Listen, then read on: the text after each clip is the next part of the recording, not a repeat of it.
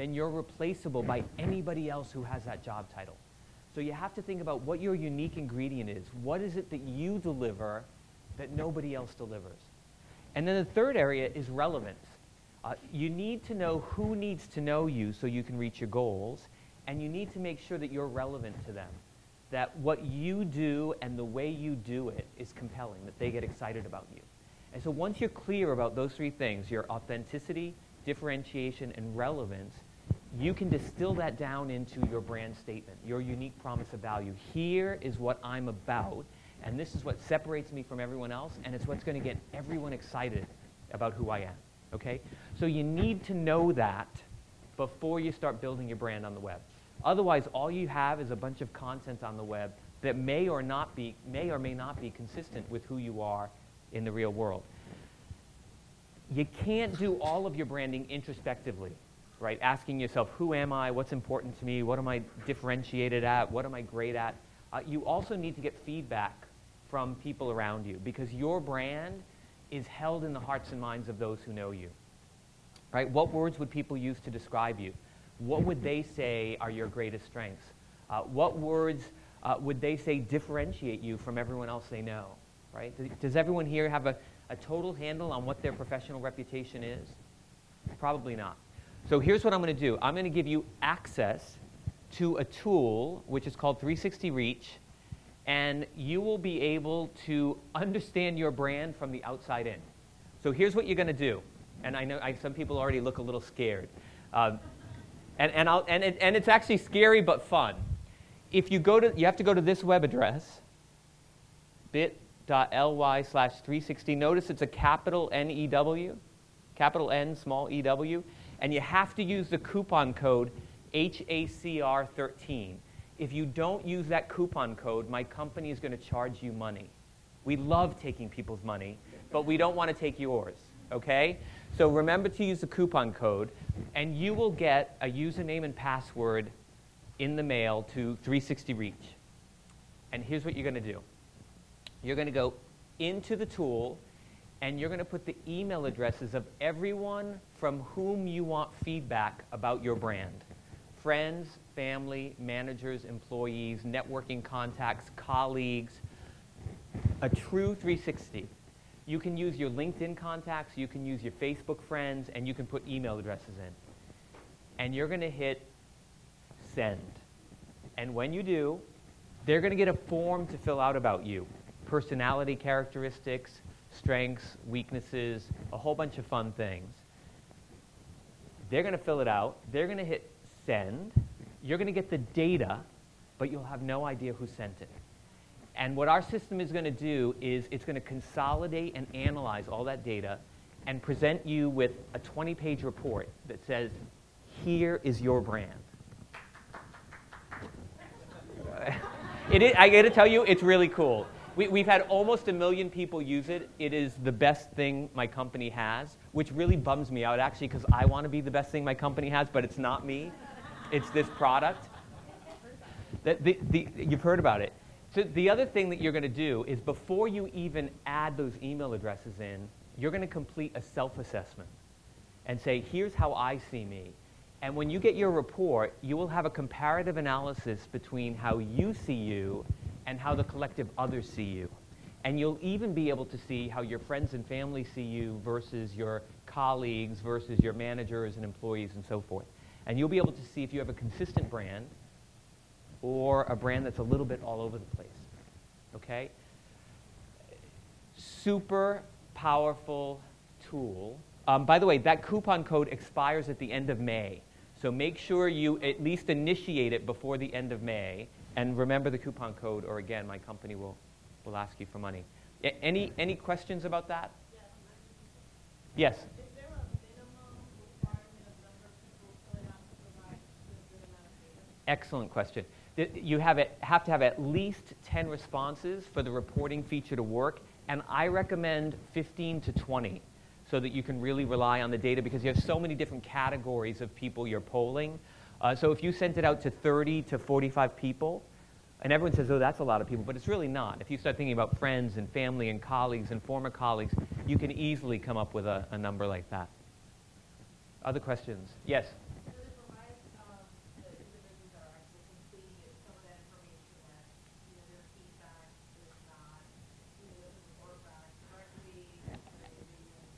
Absolutely. So it's 100% anonymous, and we've done everything we can to make sure the anonymity is there. There is an outgoing message that you can customize. And in that outgoing message, it currently says, you know, your data will be kept anonymous. No one will know that you have provided this data. We're going to combine it with other data and present it in aggregate form. But you can modify that outgoing message however you want. Other questions? Okay. Yes. No, please. So what would be usually done? You know, sometimes it's hard to get some feedback on yourself, and I think that it's important not to only send this out to individuals, but you can have a favorable response. So do you have any advice when it comes to selecting the person? Yeah. Make sure they know you well. By the way, there's no limit. If you want to send it to 1,000 people, you can. There's no limit in the system. Just make sure they know you well. You don't want people guessing, right? So choose people who know you well, and don't try to deselect people who may not have a super positive opinion of you, because their insights might be incredibly valuable to you, and they might be able to communicate it in a way that's positive. I will say the tool has been designed to be mostly positive.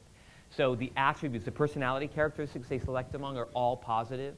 The weaknesses is an area where they could provide some constructive feedback and comments, and there are a couple of projective exercises as well. So I'll come back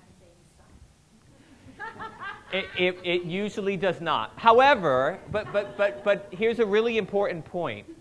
We have something called negativity bias. Negativity bias, it goes way back to the cavemen days, and it literally has to do where we had to give a threat 1,000 times more importance than something that was positive, right? Because our life depended on it. The bad news is we've never evolved from that. So you could get a report, and I had this woman, a colleague of mine, and she did it, and the report literally made you think she was God. It was walks on water, the most amazing person on the planet, we absolutely love her, and there was one comment that said, at times can be a little melodramatic. And I want you to know, well, first of all, she said to me, I'm not melodramatic, this is the worst thing that's ever happened to me. Literally. But besides that, she couldn't, she said the report came back and it was awful. I said, did you read it? But this is what happens. You're looking at the part that's negative. So don't get caught up in one comment. What you're looking for is threads of consistency. If there's one comment that doesn't go along with anything else that's there, you need to ignore it, right? You're looking for themes in data, okay? There's a question back here. It's $50. Yeah, I mean, it's not going to change your life financially, but I'd rather you do it for free. Yeah. It doesn't change my life financially, unfortunately. I would love to charge $50,000, but yes? Excellent, 10 minutes. So we designed it not to, if you've done a corporate 360, this is not that. A corporate 360 answers a question, how were you at X? This answers a question, who are you? And it doesn't take 45 minutes like a corporate 360. It's 10 minutes. They tick a few boxes, answer some provocative questions, and hit send. And then that data is consolidated into your report. Yes? So when this is going out to people who select it, how do they know that it's good? Yeah. Is there a game that they say, okay, I know, you know, how would they know that? So there's two ways they know it's legit. The first is it will have your name in the subject. So it will come out from 360 Reach and it will say your name would like your feedback, right? So Jose Rodriguez would like your feedback. And then there will be a customized email that if you customize it, they'll be able to know it's coming from you.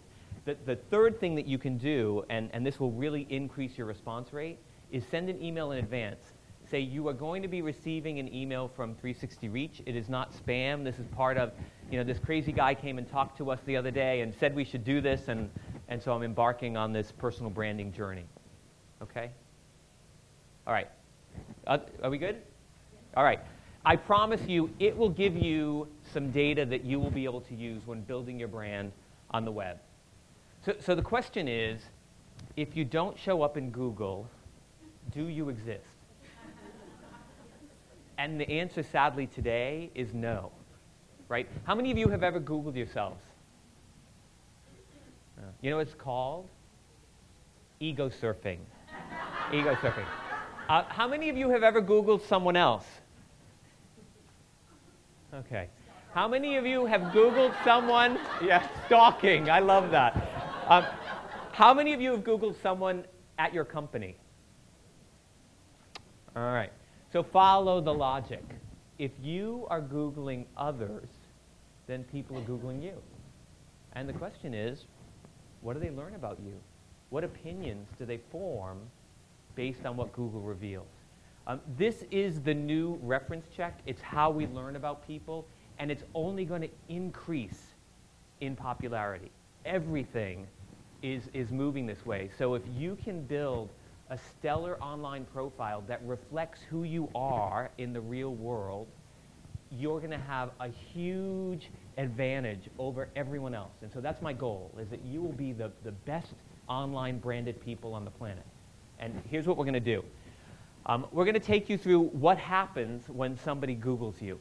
They don't realize they're doing this, but when somebody Googles you, or you Google someone, you're evaluating them based on 5 different measures: volume, relevance, purity, diversity, and validation. Okay, and we're going to go through each of those individually. And this is really important. By the way, great tool, onlineidcalculator.com. If you go to that web address, you can Google yourself, answer a series of questions, and it will show you how you show up in volume, relevance, purity, diversity, and validation. It's onlineidcalculator.com. Okay? All right, so here's the 5-step process to enhancing your brand on the web. The first step is you have to evaluate, right? So you go to Online ID Calculator, you Google yourself, and you see how you show up in those 5 different measures. Then you diagnose the issue. Well, I have a major issue with volume, or I have an issue with validation, right? And I'll share with you what all these mean. Then you put a plan together. Okay, I know where I am. I know what I need to do. Here's my plan for having a stellar online ID. Then you implement your plan, right? And then you have to go back and measure, right? So I had the before. I've done all this work. Now how do I show up on the web? Okay? And I'm going to take you through each of these steps and tell you the kinds of things that you can do to enhance your brand in the 5 measures. Is everyone with me? Okay. All right. So volume and relevance. Here's why volume is important. People think if there's a lot of content about you on the web, without even really looking at what the content is, there must be some value to it, right? This person's all over the web. So volume has some value. Relevance has even more value. Relevance says this person is who they say they are or who I need them to be, right? They're looking at you based on certain criteria. And what you want to be thinking about is making sure you have enough great content on the first 3 pages of a Google search. You don't need anything beyond 3 pages. 89% of people never go beyond page 3. And in fact, this number is decreasing. In a couple of years, people won't go beyond page 1. That's where we're moving. So that's all you have to worry about with that content. Diversity speaks to multimedia content. I don't know if you've Googled yourself recently, but you've probably seen that alongside all of the text-based data, now there are images, right? There's video, and there's real-time content. It's called blended search. It didn't exist a couple of years ago, but it's how search results are presented now. So when someone Googles you, is it all text? Or are there some images, some videos, some things that can give me a more 3-dimensional view of who you are? We'll talk about what that means. Purity speaks to, can people determine what content is about you versus other people who share your name? Okay? This is a challenge that we have. As more and more people jump on the web, chances are we aren't the only person with our name that has content on the web. Well, when I started personal branding a long time ago, I was one of the first to get on the web, and I have a very uncommon name, William Arruda. My last name is a Portuguese name. And Portugal is not a very big country, and so with the exception of a few Brazilians, there's almost nobody with my name. Then, all of a sudden, I start seeing William Arrudas show up. And in fact, there's a William Arruda who's in Brazil, who's a bodybuilder, right?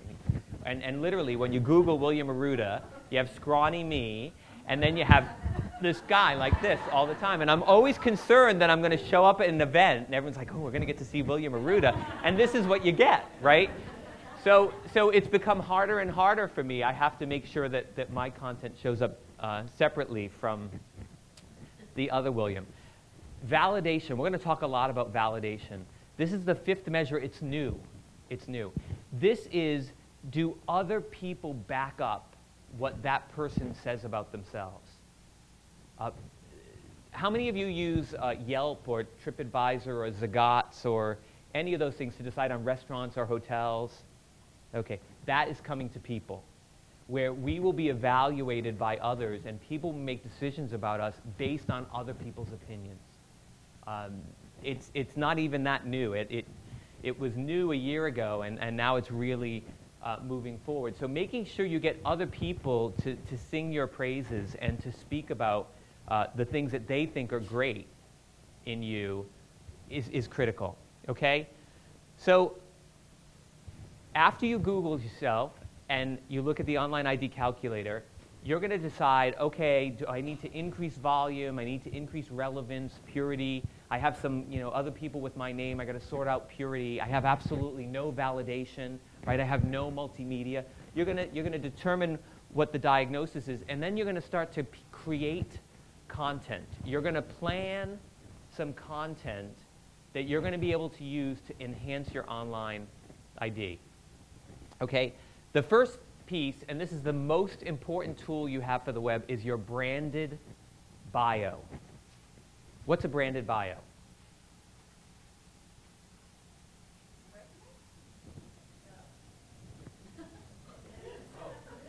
story that supplements your brand. It tells your story that is connected either to what you do or what you promote. It's your story. Exactly. It is not a strung together list of all your accomplishments. It's not a resume in prose form, although your resume is an important tool. It is a three-dimensional image of who you are. It doesn't only tell me what you've done. It tells me who you are, what you're passionate about, what your values are, how you like to work, and so forth. It needs to make me want to get to know you, right? Very important, your branded bio. It is becoming the tool. When you have your branded bio, you can create all different forms of it to meet the needs of different social media, right? So working on your branded bio is key, and I say keep it 80% professional, 20% personal. And that gives me a good feeling for who you are. And your goal for your branded bio is to make me want to know you, right? Now, one with just a whole bunch of accomplishments is not going to get me too excited, right? So make sure you do that. Headshot. How many of you have a professional headshot? Excellent. Excellent. Do you know the web is such it's just a really weird place, right? We don't know what's really going on there. A face gives us belief that some content is real. People are twice as likely to click on a LinkedIn connection if there's a headshot in their profile. It makes whatever's there more real. Otherwise, it's really nebulous. We're a little bit incredulous. We don't believe that content. And what you need now is more than one headshot. Because of blended search, you don't want the images all to show up to be that same headshot of you, right? So every chance you have, get a headshot. I do, most of the work I do now is inside companies helping employees build their brands. And often in the workshops we deliver, we will have a headshot studio where people will just go out and they'll get headshots so that they have a really good professional headshot that they can add. And with some clients, we do this year after year, and some of the same people attend, and they get a whole series of headshots, which is really valuable. Then you have your thought leadership content. This is your position. It's what you want people to know about what you do, right? And it's the kind of content that's going to let us understand your point of view. Okay, so if you're in advertising and you're the advertising expert who believes that advertising is all about creativity and trying new things. That's your position, right? And writing about that is going to help me understand that. You could be the advertising executive who believes everything about advertising needs to be measured. We need to know how many eyeballs have seen it and how many people have clicked through and how many sales have resulted from an ad, right? What's your point of view? So think about what you do every day and what's your point of view. And it doesn't only have to be about the specific function you serve, right? What you might want to build your brand around is something like your position on leadership, or your thoughts on relationship building, or your thoughts on business development, or your thoughts on global business, or virtual teams, or things that are related to more of how you do your work than the actual function you do, right? But you're going to build it around what's really important to you and what you want others to know. Does all that make sense? Okay. And then there's some other things like press releases, testimonials, recommendations, multimedia content. We'll talk about that as we move forward. So you're going to take a look at your diagnosis that comes back from Online ID Calculator, and based on that, wherever you've got a low score, whether it's low volume, relevance, purity, diversity, or validation, you're going to make a plan to increase it. And what I'm going to do is share with you really easy techniques for enhancing your brand in all these different ways on the web. All right? Okay. So here we go. We're going to implement volume and relevance. There are a few ways you can increase volume and relevance, and they're primarily thought leadership sites, social media sites, increasing what's out there. Very easy to do. So if, let's say, not a lot comes up when someone Googles you, you want to build profiles on different online social media using your branded bio that you've already created, using content you already have, using your headshot, so that this content shows up when someone Googles you. You do not want to use all of these for social networking, right?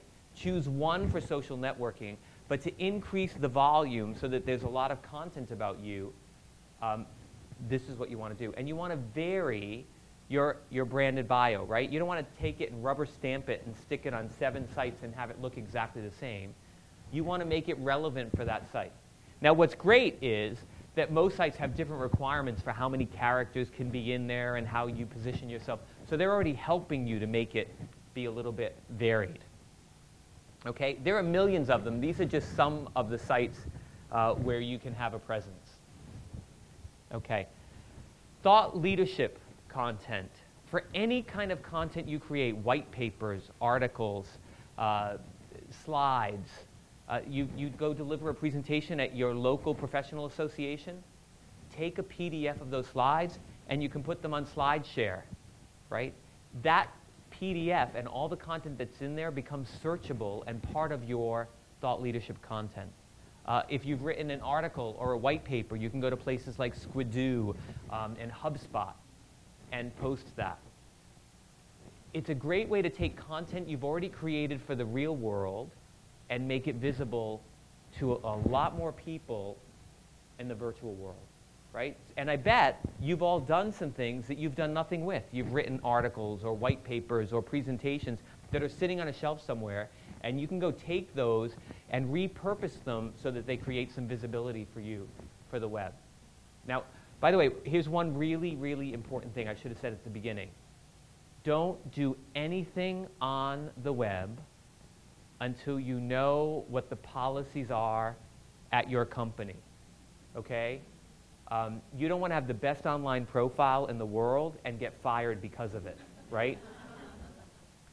So just know what the rules are. And I will tell you, in having worked with companies for this many years, companies are getting more and more comfortable with their employees having brands on the web. They realize that business is really a human endeavor, and that the brands of the individual help build the brand of the company. I mean, that's why I have as much work as I do inside companies. So it's getting easier and easier to have this brand on the outside because companies recognize its value. In fact, if you are not on the web in a strong way, you are crippling your ability to be successful, right? If you want to source staff, you need to be out there in communities of people that are attracting the attention of the kinds of people you want to hire. If you want to develop partnerships, you need to be out in communities so that you can be connected to those organizations that are going to be valuable for you. If you work in an external capacity as a consultant or salesperson, you want to open doors to clients, right? You want to be able to solve problems that can't be solved with the people on your team internally. So you need this external set of resources. So having a brand on the web is a tool to do your job better. Now, in addition to general thought leadership sites, there are some specific to different industries, right? So if you're a marketing expert, right, or functions, you can go to marketingprofs.com and submit articles to them, and that gets your thought leadership in front of the 350,000 members they have in marketing, right? Which is a much larger audience than the people who attend your local American Marketing Association chapter, right? It's the same thing, POGOSH is for health sciences if you wanted to publish articles.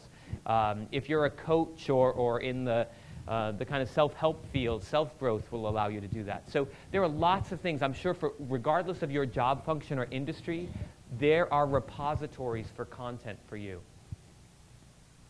Okay. How many of you own your own name as a domain name, yourname.com? Okay, write this down. Buy my domain name, period.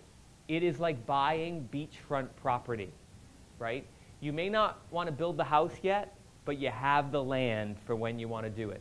It costs about $9 a year, and very valuable real estate, which you want to own. How many of you have kids? Buy your kids' domain names. If you're going to have kids, don't name them until you know if you can get the domain name. And I mean that, yes. I noticed that you don't use your middle name, or? Yeah, don't use your middle name. So here's a really important thing. If your name is not available, don't use your middle name unless that's the name you go by. And I'll tell you why.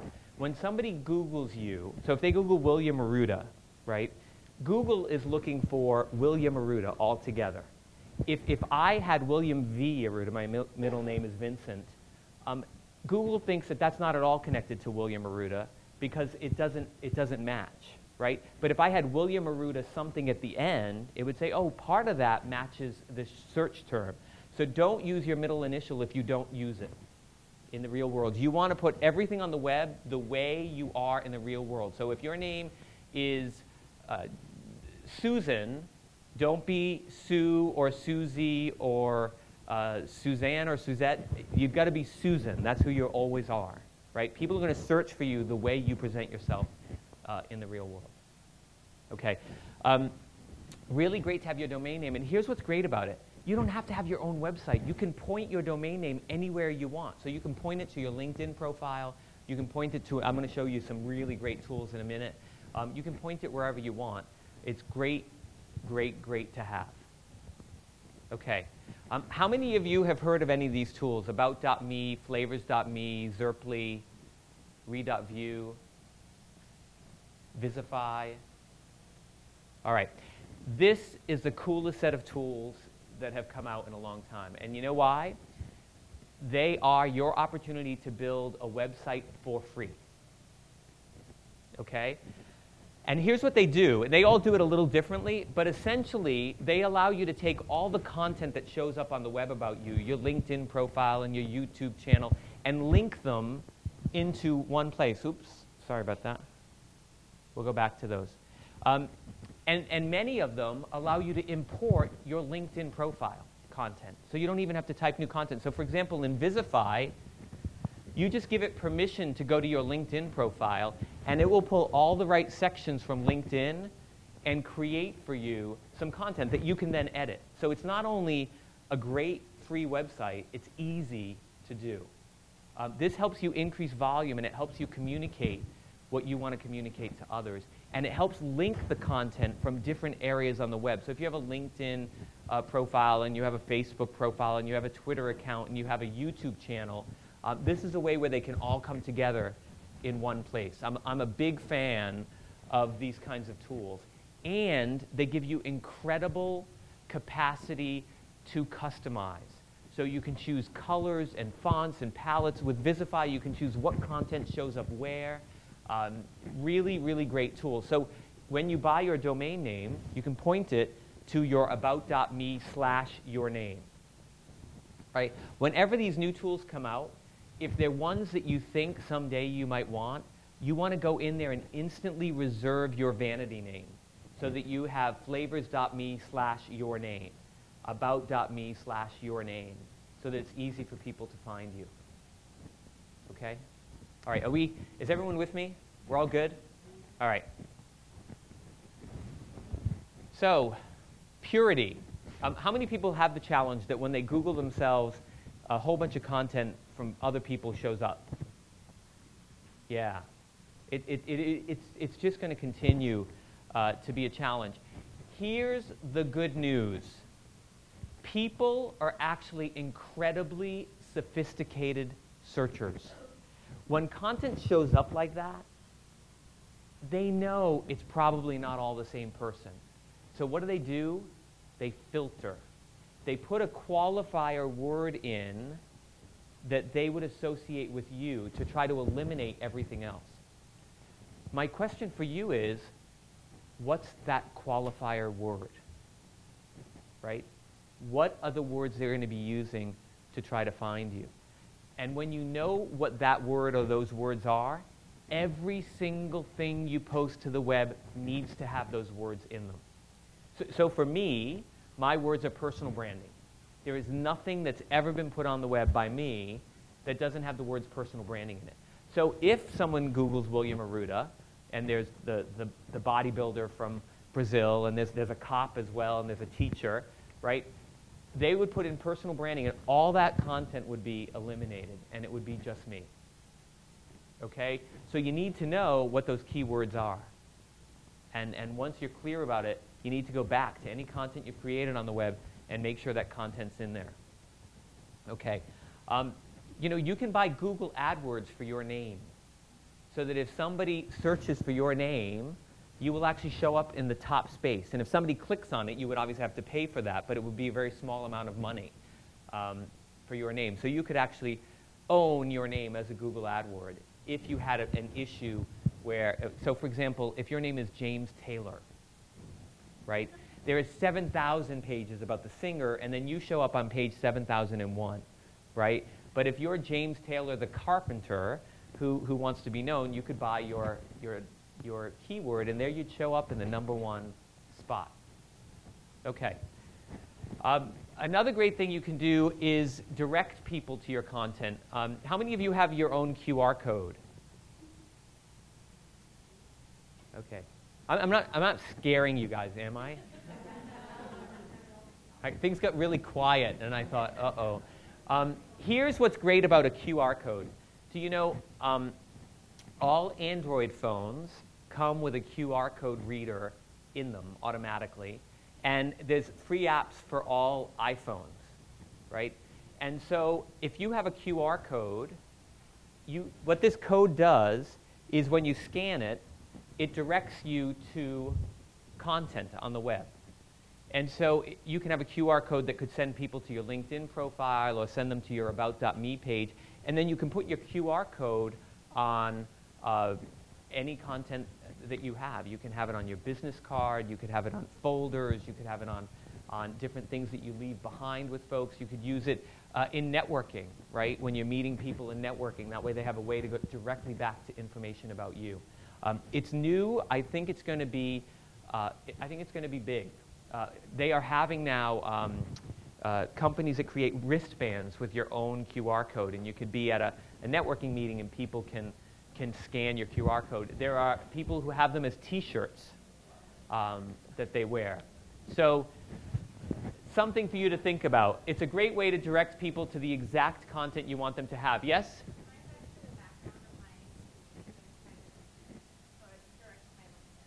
It goes to your LinkedIn.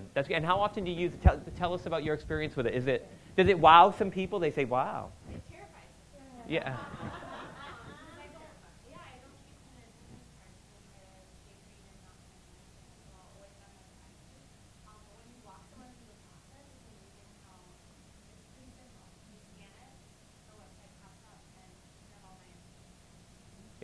It's great, and see, now here's what I love about what you just said.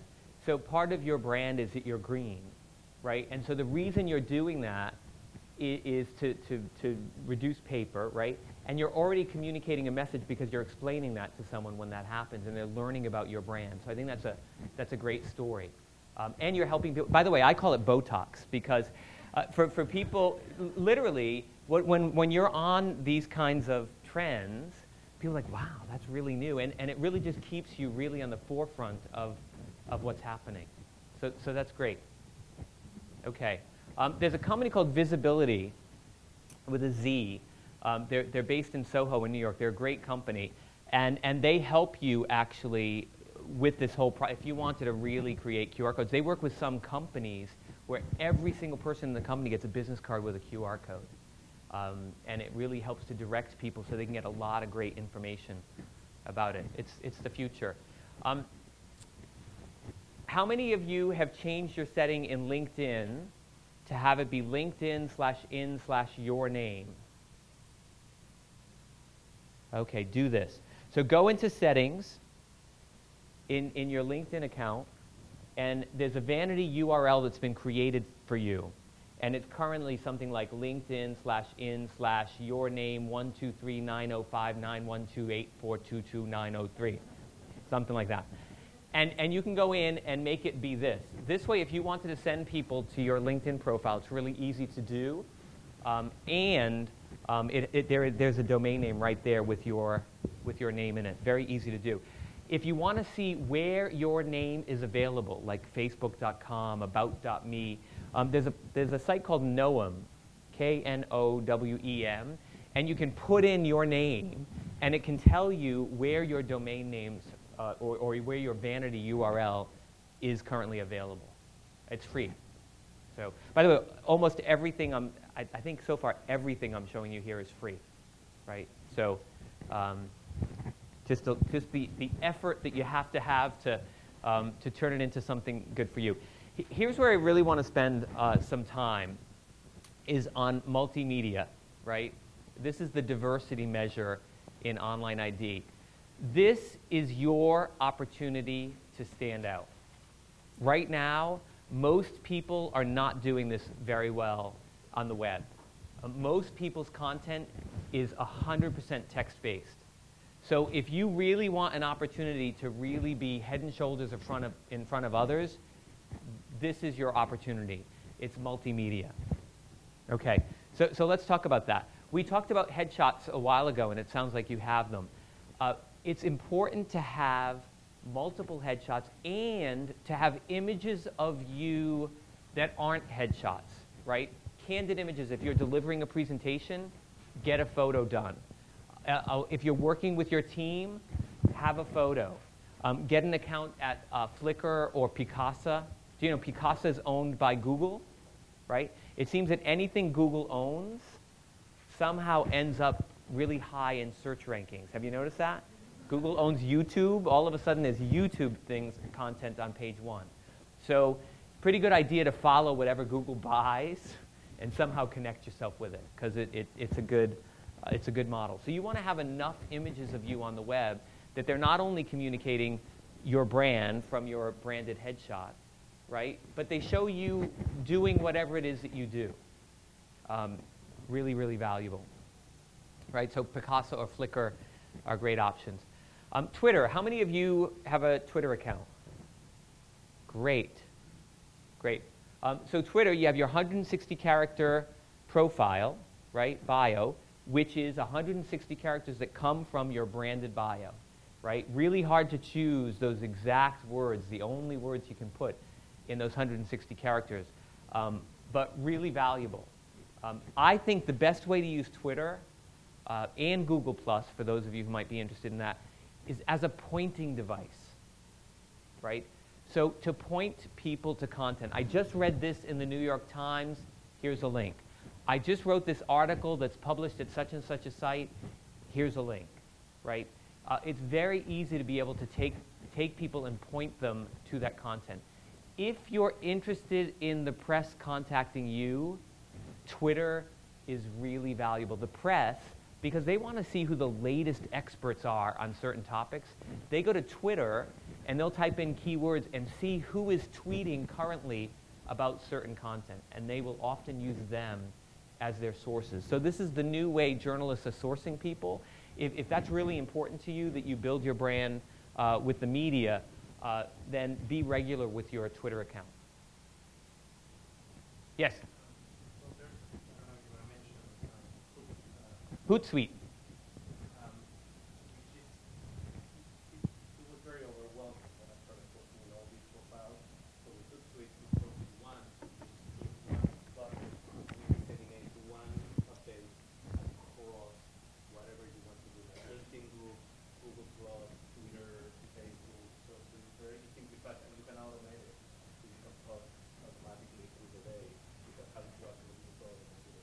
Exactly. There are a whole suite of tools now that make this really easy, right? So you go in and you want to have something show up on your your Facebook status, your LinkedIn status, your Google Plus, and your Twitter. You type it in once, as long as it's fewer than 140 characters, it just shows up everywhere at the same time. Hootsuite, H-O-O-T, is there an E? I think H-O-O-T-S-U-I-T-E. Hootsuite, and when you type that in, you will find there are, Seismic is another one. There are so many of those tools that are available now. Ping.fm, there are lots of them that will, essentially what they do is they allow you to link all of your social media accounts to this one account, and then that's where you can go.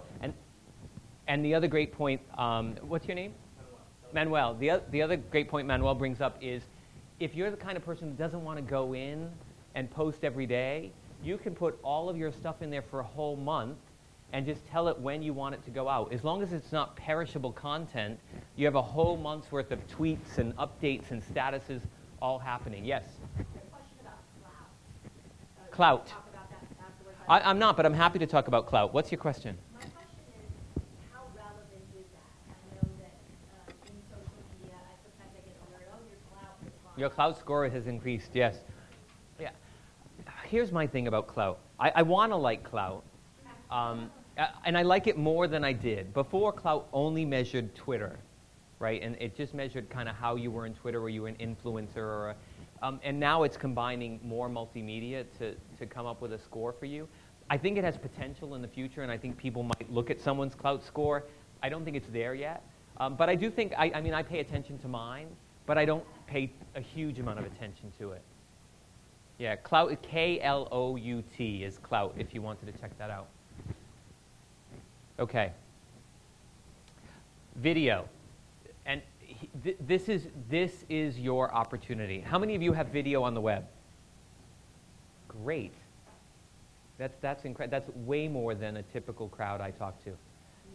That's fantastic. Here's why video is so important. Video allows you to deliver a complete communication when you aren't there. Words only account for 6% of a communication. The rest is intonation, body language, tone of voice, and so forth. So if everything you have on the web uses the 26 letters of the alphabet, then it's pretty hard to get a rich communication across. Video lets people have an emotional connection to you. Yes?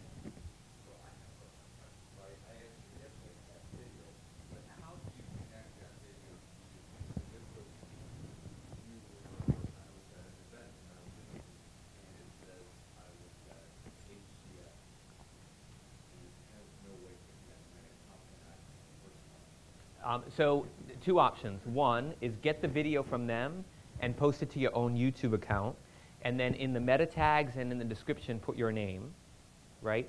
And if you know a techie person, they can just rip it. There's a technology called ripping, and they can just rip that video, and then as long as that organization doesn't care, and I can't imagine they would, but you might want to check with them, then you can just put it in your own YouTube account. In the meta tags, in the keywords, and in the description, make sure your name is there. Then it will show up when anytime someone Googles you. Or you can just go to them and say, listen, would you mind including my name in in this, wherever it's posted, there's an opportunity to put that kind of content.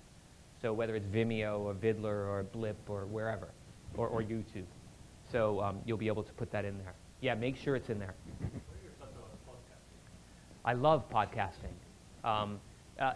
Podcasting is an amazing way, again, any way on the web where you can create that emotional connection that you can build in person is a great thing. And that's what podcasting is about, right? It's people getting to experience more of you than they would in an article. And often, podcasts are interviews or ways of interacting with people. So I think it's a great thing.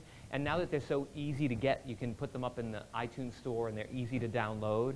It's a great way to make your content and your thought leadership accessible to large numbers of people. Excellent. Love it. Video, it is the future. There's all this data about how much video will replace text in the future. It's your opportunity to really stand out now if you want to use it. So here are the 3 best ways to use video. One is real time.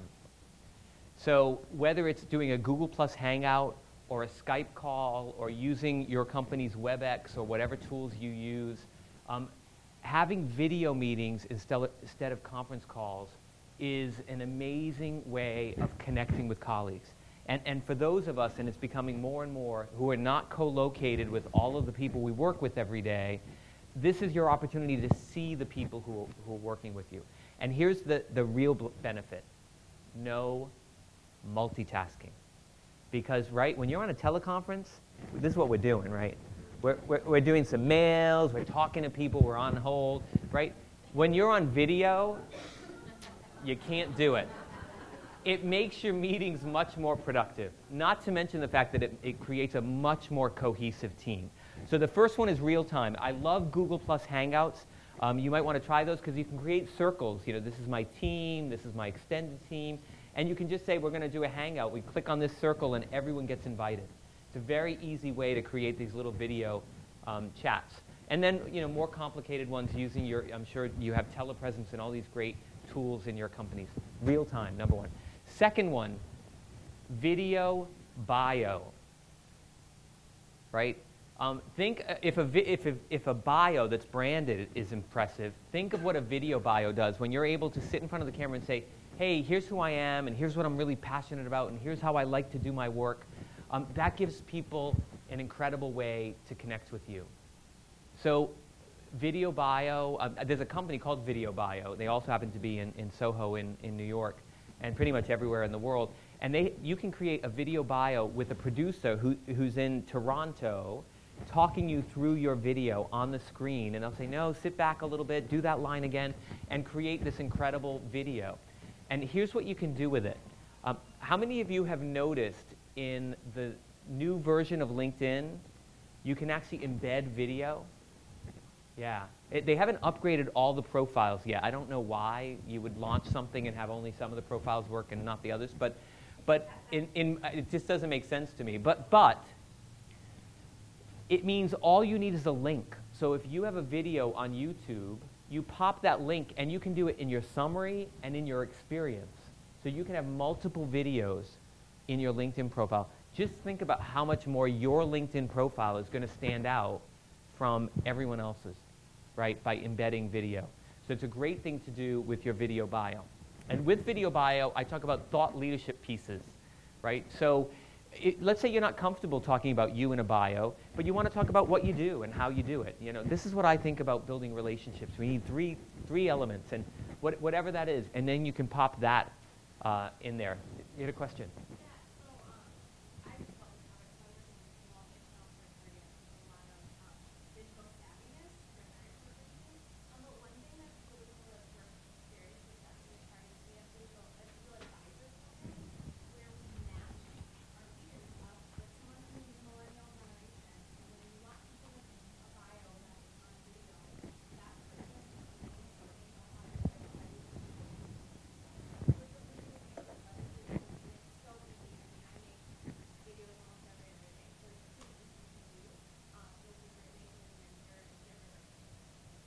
It's fantastic. I love that. By the way, I did a gig at Target, and it was an amazing amazing group, and you can see people all working together that way. It's definitely part of your culture.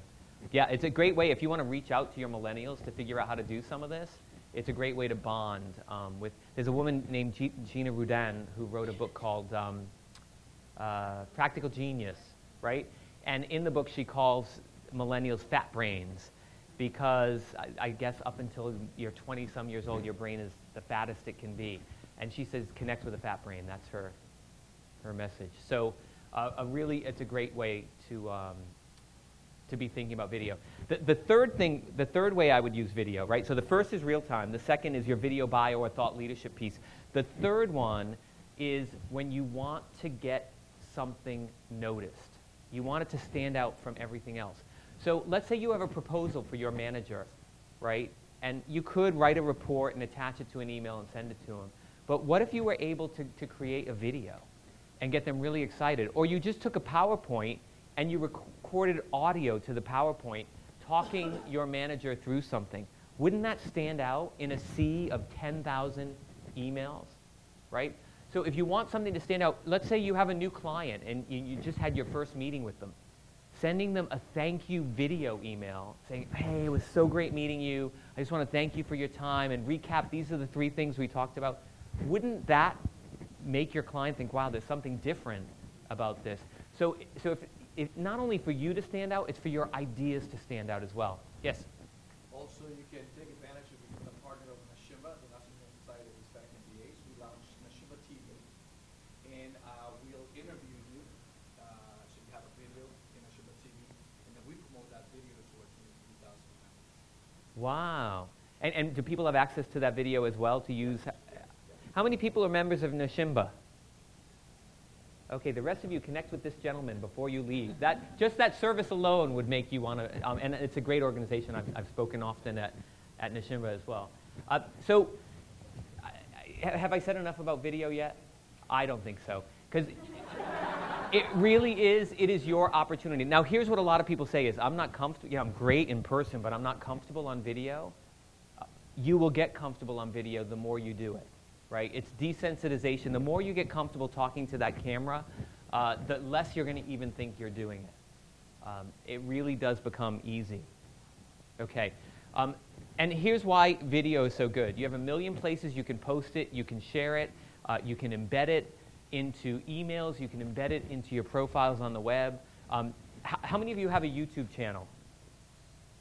Okay, get a YouTube channel, because this is going to be the house for your videos. Because again, when somebody Googles you, because YouTube's owned by Google, when those keywords are in your videos in your YouTube channel, they will become part of those Google results. So, really important.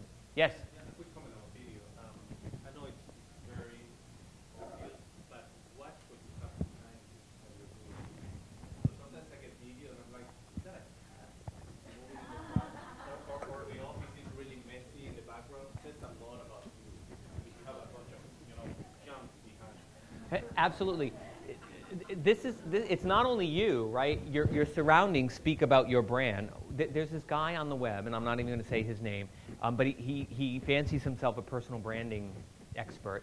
And he has a video on the web, and I swear to God, the closet doors to his closet are open, and there are things falling out. There's an arm of a sweater, and it literally, you can't even look at him or listen to what he's saying because you're just trying to figure out what's going on. And they can work against you just as quickly.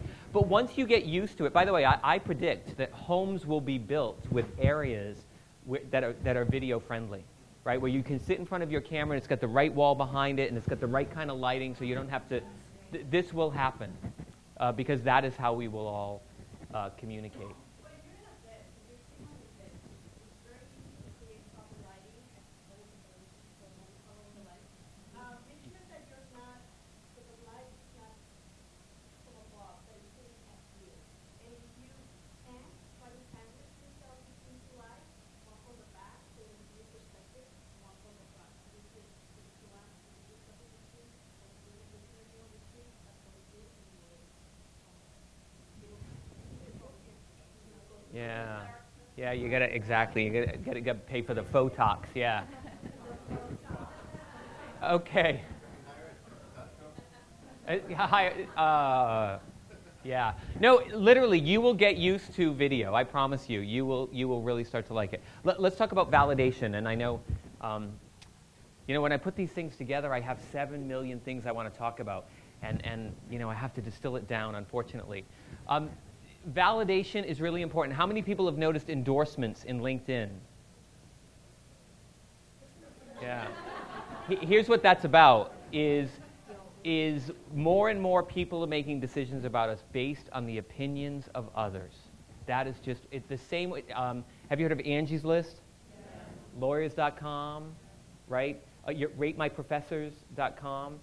It is moving to every industry. Literally, people will make decisions about us based on the future. There are people out there who are talking about LinkedIn who are saying eventually LinkedIn will publish for each skill who the top people are, the most endorsed for different skills. Right? So if you want to own a certain skill, relationship building or electrical engineering or whatever it is, you want to start getting those endorsements right away.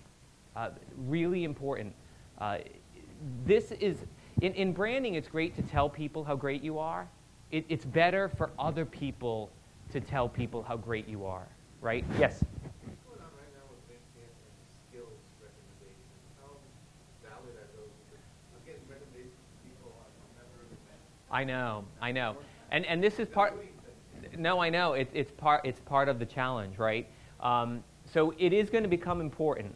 What I recommend is you decide what your top 10 skills are, and only accept recommendations, endorsements for those skills, right? Because that's what you're building your brand around. You don't want to be somebody who can do 9,812 things. That doesn't interest me, right? I want to know those things that you do better than anyone else.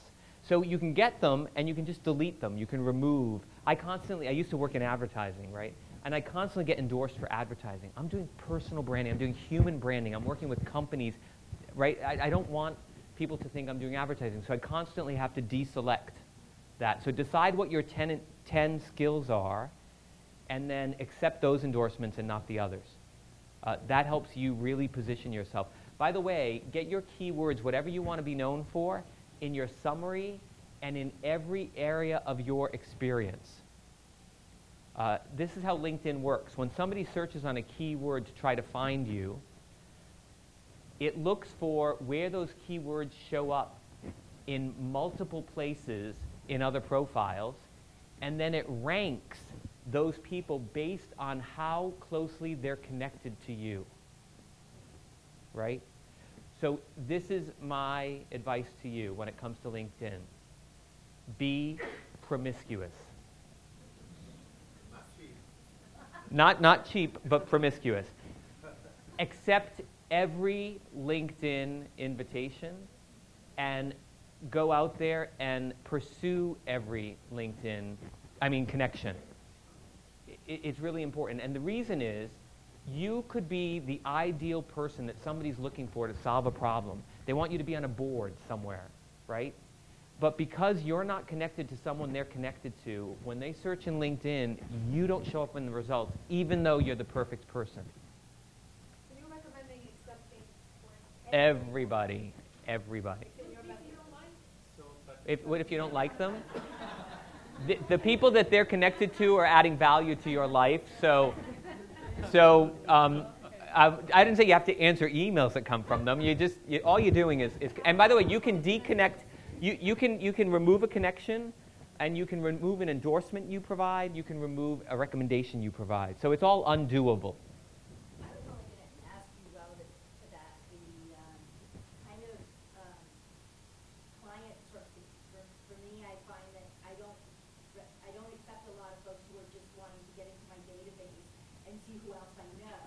And it's hard because I get probably 3 times a week somebody who asks me to make a connection, and I don't really know them, and so I say, I'm sorry, I'm out of town or something, but it happens a lot. Well, you can change your settings so that people can't see who you're connected to. So go in under settings. It can say who can see my contacts, and you can choose just me, and you're sorted. Yes? When you said that it sounds like keywords that people will kind of like pop up more for those who recommend you or endorse you. Mm-hmm. So can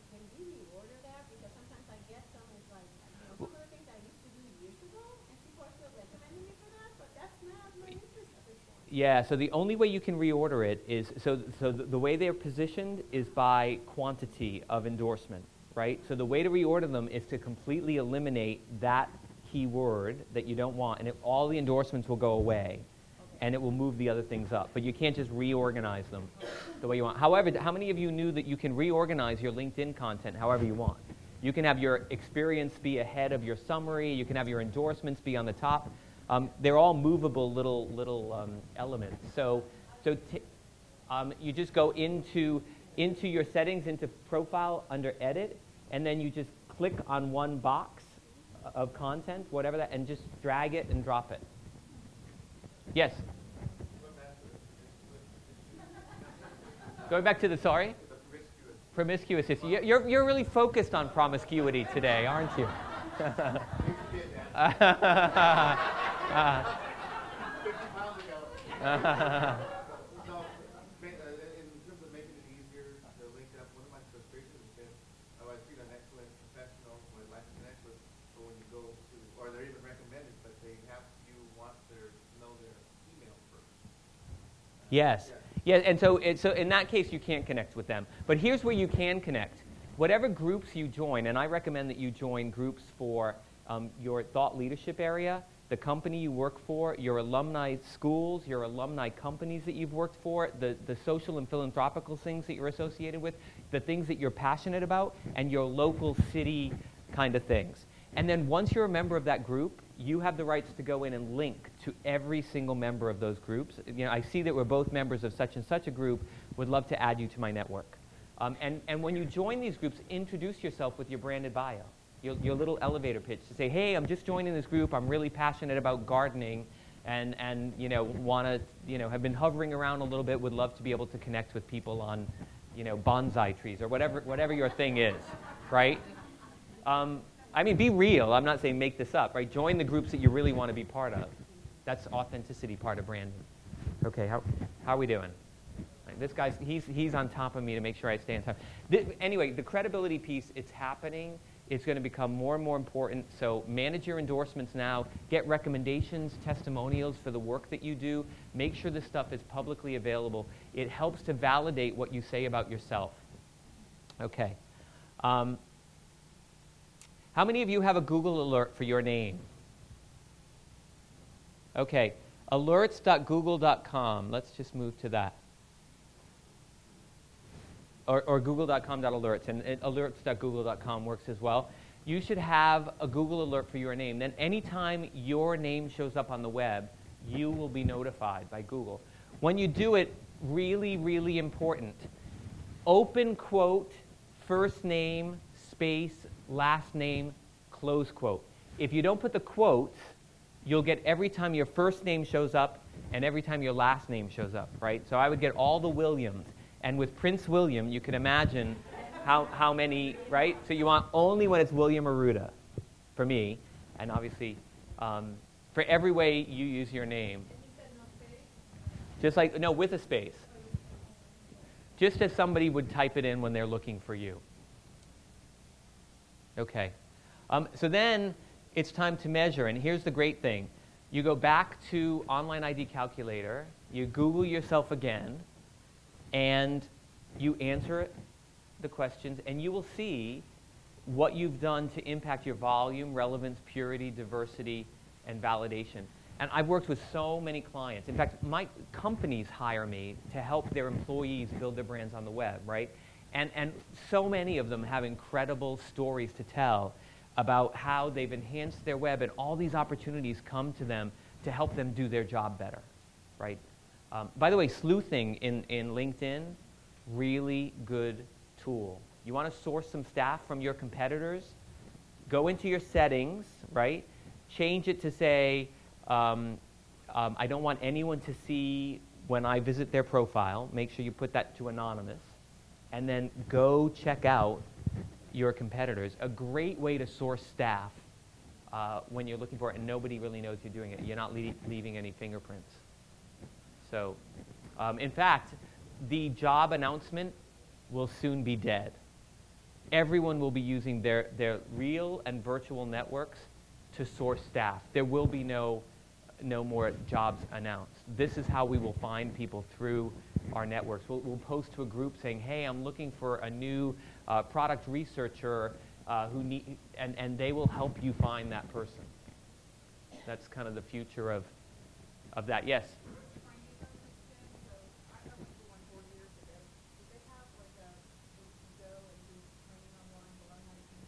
Yeah, so here's what I recommend. The problem with LinkedIn is it changes all the time, right? So it was just back in October where they changed so that you could embed reports and videos. By the way, you can embed your PowerPoint presentations that you go deliver at association meetings as well. I say go to YouTube and put in, you know, LinkedIn tutorial and look for the one that has the newest date, because literally it gets out of date so fast. 2 or 3 months later, you're really behind. I'm working with a company right now, and we're helping every one of their employees enhance their LinkedIn profiles. They want their employees to have way better LinkedIn profiles than their competitors. And we started this about a year ago, and my presentation deck for what they need to do has changed 7 times. Because all these different, and it's not only LinkedIn stuff, it's other things related to LinkedIn that are changing, that changes. So you'll want to look for the latest content in video. Okay, so here's my top 10, and then we have some time for Q&A. Don't do any of this until you're clear about the brand message you want to communicate, right? And don't try to be all things to all people. It's not going to work for you. You really need to take a stand. You need to be willing to map out a position for yourself, to say, this is who I am, this is what I believe in, and I don't care if everyone doesn't agree with me. Move forward. Second one, we didn't even talk about this, but design your personal brand identity system. Just as companies have a brand identity system, you need to think about what yours is. What's your brand color, right? And how do you apply that to your LinkedIn? Well, LinkedIn doesn't let you do color yet, but they will. To your YouTube channel, to your About.me, so that there's one consistent theme, right? When you see anything that comes from IBM, it's the blue bars, right? They own blue. UPS, what can brown do for you, right? Avon with their pink, right? So what's your brand color? What are your fonts? How do you use that consistently so that when people are seeing you on the web, there's a consistent look and feel to that? Buy your domain name, brand your bio, and get feedback, right? So take what you have as a bio now, start integrating those brand elements into it, and then take some people you trust and ask them what they think. And ask them if they think it represents who you really are, right? Professional headshots, LinkedIn, which is great. Get your personal portal, which is About.me, Flavors.me, Visify. Testimonials and recommendations. Create your own YouTube channel, even if you're not doing video yet, but I really, really, really encourage you to work on video. And then do your video bio or your thought leadership video. Yes? Import to branch out. So branch out is kind of LinkedIn for Facebook. Branch out allows you to import your LinkedIn profile into a place where you can invite all of your Facebook friends to come to it, so you can keep the professional out of the personal in Facebook. So if you like to keep, you know, separate church and state that way, that's a good tool. Yes? Speaking of separating church and state, I have a couple identities that, because I'm an executive coach and then I have my own company. People say it's really confusing, but with all the tools that you really outlined, it sounds like what you're saying is have separate channels, right? No, I'm saying the opposite, actually. I'm saying find a way to tell me a story that makes those two halves have more value to me when they're connected. So whatever you're doing, what kind of executive coaching are you doing?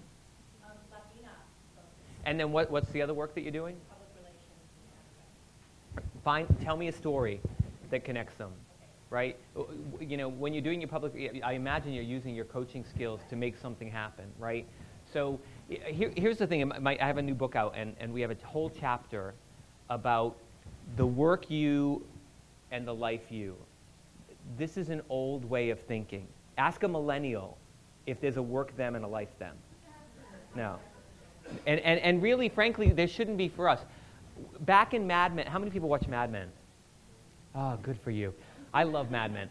But back in Mad Men's days, right, you went to the office at 9, and you left at 5, and you didn't think about work again until 9 the next morning, right? That was okay to have a work you and a life you because it was really separate. We pretend now that it's separate, right? But how many of you have never looked at your BlackBerry or iPhone once you get home from the office, right? Or on a weekend, right? There is no more work versus life. There's just life. And we have to decide how that all fits. And we need to take a lesson from our millennial friends who are just saying, this is who I am. It also makes you more successful at work when you're willing to bring the whole you. I'll tell you a story about 360 Reach. A very senior CFO I was working for a really, really, really big company. He did his 360 Reach as part of a program we did with their company. And the data came back, and all of his friends and family said fun, funny, humorous. Not one person at work said fun, funny, or humorous. It was literally like it was reports from 2 different people. And so I said to him, I said, well, gosh, why do you think that is? And he said, oh, I know exactly why it is. He said, a long time ago I made a decision that being funny is not professional. So every day I go to work, and I leave my funny at the door, and I go in and I do my job, and I leave, I pick up my funny, and I go home. And I said, wow, what do you think would happen to you if you brought some of that funny to work? And he said, I don't know. I'll try. And literally, he was willing to take a risk, which is great. To move his, my new book's called Ditch, Dare, Do, and it's about the 3 things we need to do all the time. And the dare piece is to take a step outside your comfort zone. And for him, it was comfortable having a work him and a life him. And he finally decided to do it. And he did it right around the time, it was around 2008 when we had the big financial implosion, frankly. And it was his job to tell the entire company all the things they're not going to do because they don't have the money to do it. And he decided to do it as a David Letterman top 10.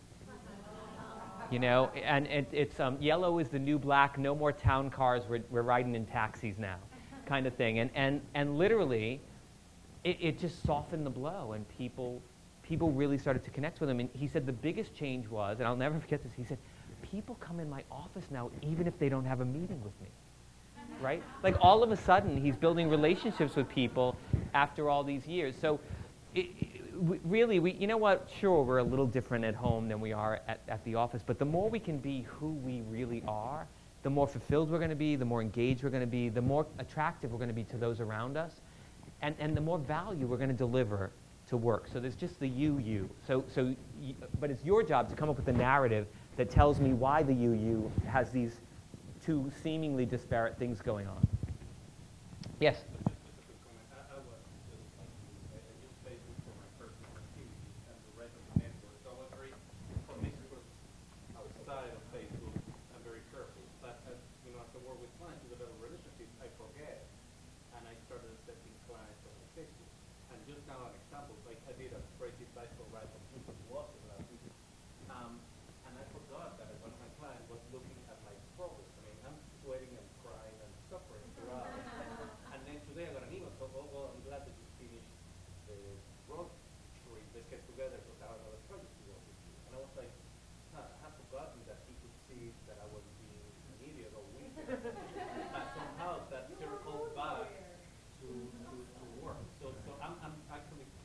In a good way, right? In a good way, you created a connection and a bond with it. Maybe that's a different dimension of who I am at work. Yeah. It's a great story. Yeah, from this promiscuous to this promiscuous, yes. Could you speak to, like with a resume, you don't list every job you had since high school, and yet if you list on LinkedIn your different professional jobs and what have you, is there any danger to gaps, or if you want people to know who you're skill set now, tailor that way? Yeah, and by the way, you don't even need to, thanks about that. So here's the thing with LinkedIn. We think we have to follow this order that's the old resume order. I did this, and then I did this, and then I did this, and before that I did this. put what you want people to know about you. No one cares about gaps anymore. That whole idea of gaps, it's you know, if you were looking for a new job, a gap's not going to get in your way. And don't even feel, so go to my LinkedIn profile and you will see that I've worked for this company, my company, for 12 years. I have multiple entries for this company where I'm still doing the same stuff, and I've been doing it overlappingly, right, because I'm working on this. But there are things that I want to highlight. So rather than, don't follow their rules, make it work for you. So literally, for this one company where I would have one, you know, CEO reach personal branding, I think I have 6 different entries for what I'm doing. Yes?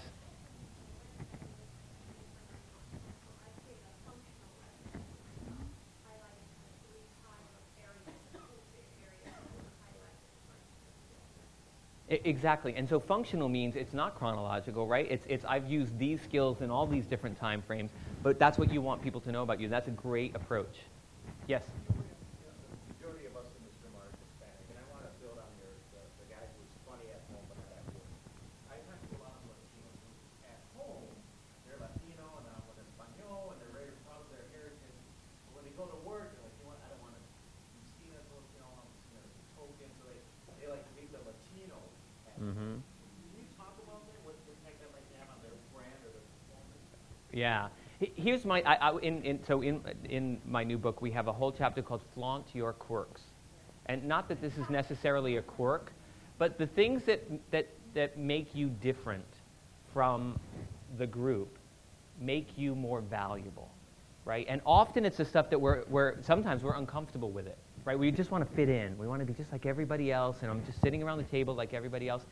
It will work against you for 2 reasons. Number one, it's going to squash your energy because you're wearing a mask. You're taking off who you really are, and you're putting on this kind of, I'm going to fit in here, so I'm going to take a piece of me and not really be that for now, right? And you have a whole different perspective to bring. You have all this great stuff to offer that the company's not getting.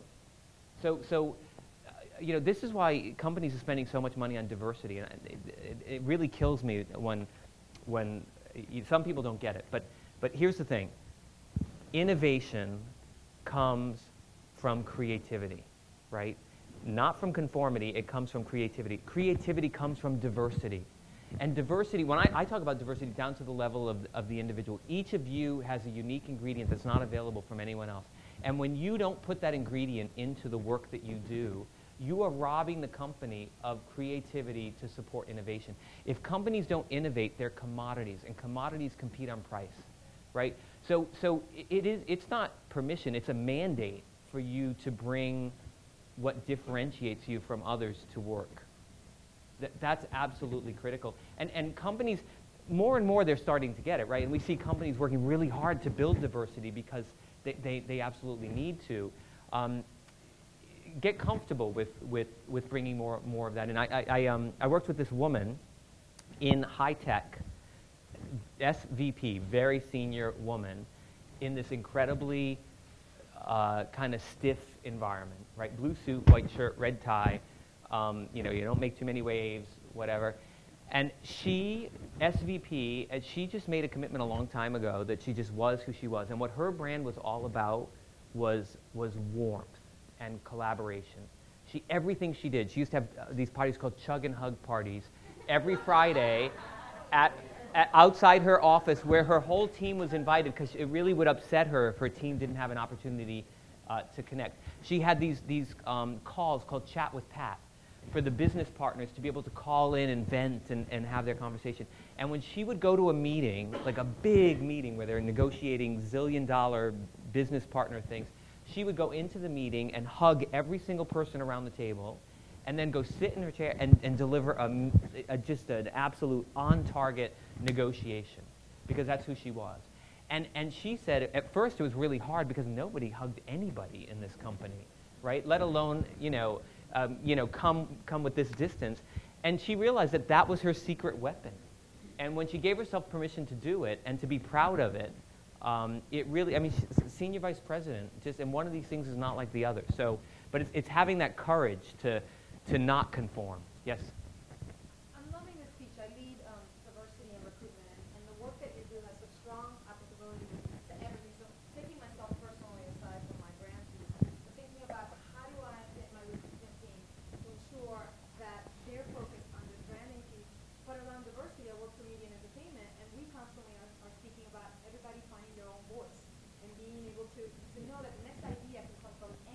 And yet, and also speaking about how do we use diversity as a business enabler. And I think that the dialogue that you're leading today connects the dots in ways that we often don't do. So I love that, and I'm thinking, do you do this under the context of diversity throughout the organization? Do you know, right now, 90% of my business is diversity, women, and customer-facing folks. Those are my, in fact, when I was at Target, I worked with their Hispanic group, and I did some stuff at General Mills down the road. And yeah, I mean, those are the groups. But here's the interesting thing is you know what, it's broader, it's bigger than, you know what, you all provide a level of diversity, right? But it's not enough. You can't just say, well, here's my diversity, I'm Hispanic, yay. It's what else, what are the other elements? You know, you're not all painted with the same brush. There's something that you bring in addition to that, right? And it's finding your voice, right? It's what is my voice? And when you find it, you get so, you know, that's where you get engaged and motivated, and you're just delivering, right? And so, yeah, so the companies that really get diversity from that perspective are the ones that will succeed, right? And I'm down to a minute. Who else has a question? So thank you for saying that. Yes? Yeah, my new book. You would think today is the launch day, believe it or not. I just did a launch meeting. Thank you. Yeah. You would think there'd be more. My publicist will kill me because it's not even in the presentation. Yeah, it's called Ditch, Dare, Do. And the concept is that there are some mindsets and some habits we need to ditch to be successful. Might be what got us to where we are, but it's not going to get us to where we go. And a dare is taking a risk. It's stepping outside your comfort zone. It's being willing to be the person that's not like everyone else, and to succeed because of it, not to spite it, right? And a do, and do's are really important, and they're really important when it comes to this. A do is an action you have to take to move your brand forward. Here is my biggest challenge with dealing with people and building their brands. You have so many voicemails and emails and conference calls and meetings and reports to write and stuff to do. You don't have the time to work on your own brand, right? And what happens is 2 years go by and you think, oh, I wanted to update that LinkedIn profile, but I just haven't, right? So in my book, here's my approach. 9 minutes a day. Make it a habit like brushing your teeth. 9 minutes a day. It could be from 12:51 to 1 every day. It could change every day, however you want it. But all you need to do is spend, I did some research for LinkedIn, and this is how we came up with 9. And 9 minutes a day, and put these actions in your calendar. At the end of a week, you have spent 45 minutes on nothing but the brand called you. And don't think that you're taking time away from work. This is your work. Building your brand means you have access to people who can help you do your job better. It means you can source staff. It means you learn more about your own thought leadership that you can bring to work. You can build relationships. You can build partnerships. You can build clients. Working on your brand is part of your job, and it makes you more valuable to your company. So, and I have to leave it there because I've been given the hook. Yes?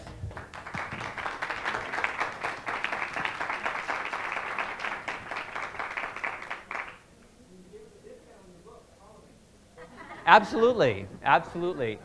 Just send me an email. Here's my, here are my contact details.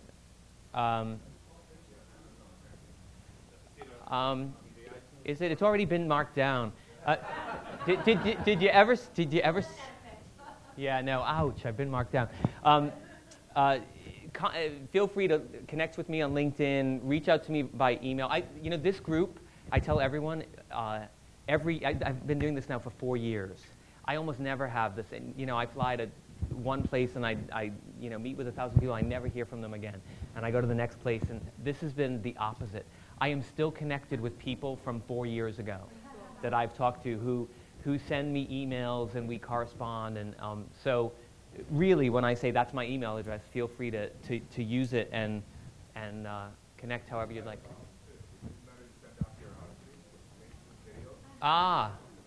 Thank you. Yeah, and if you want some help with anything we talked about today, personalbranding.tv. It's my TV channel on the web. And you just type in the search string whatever it is you're looking for, and chances are there's a 2 to 3 minute video to help you with whatever. Not every topic, but a lot of topics. Okay, I thank you. Let's give another round of applause to William. What a great presentation. You know, I think that the personal brand assessment is probably worth the $50, but If you could do it for free, why not? And this is his 4th year, I believe, right? Coming back Yeah.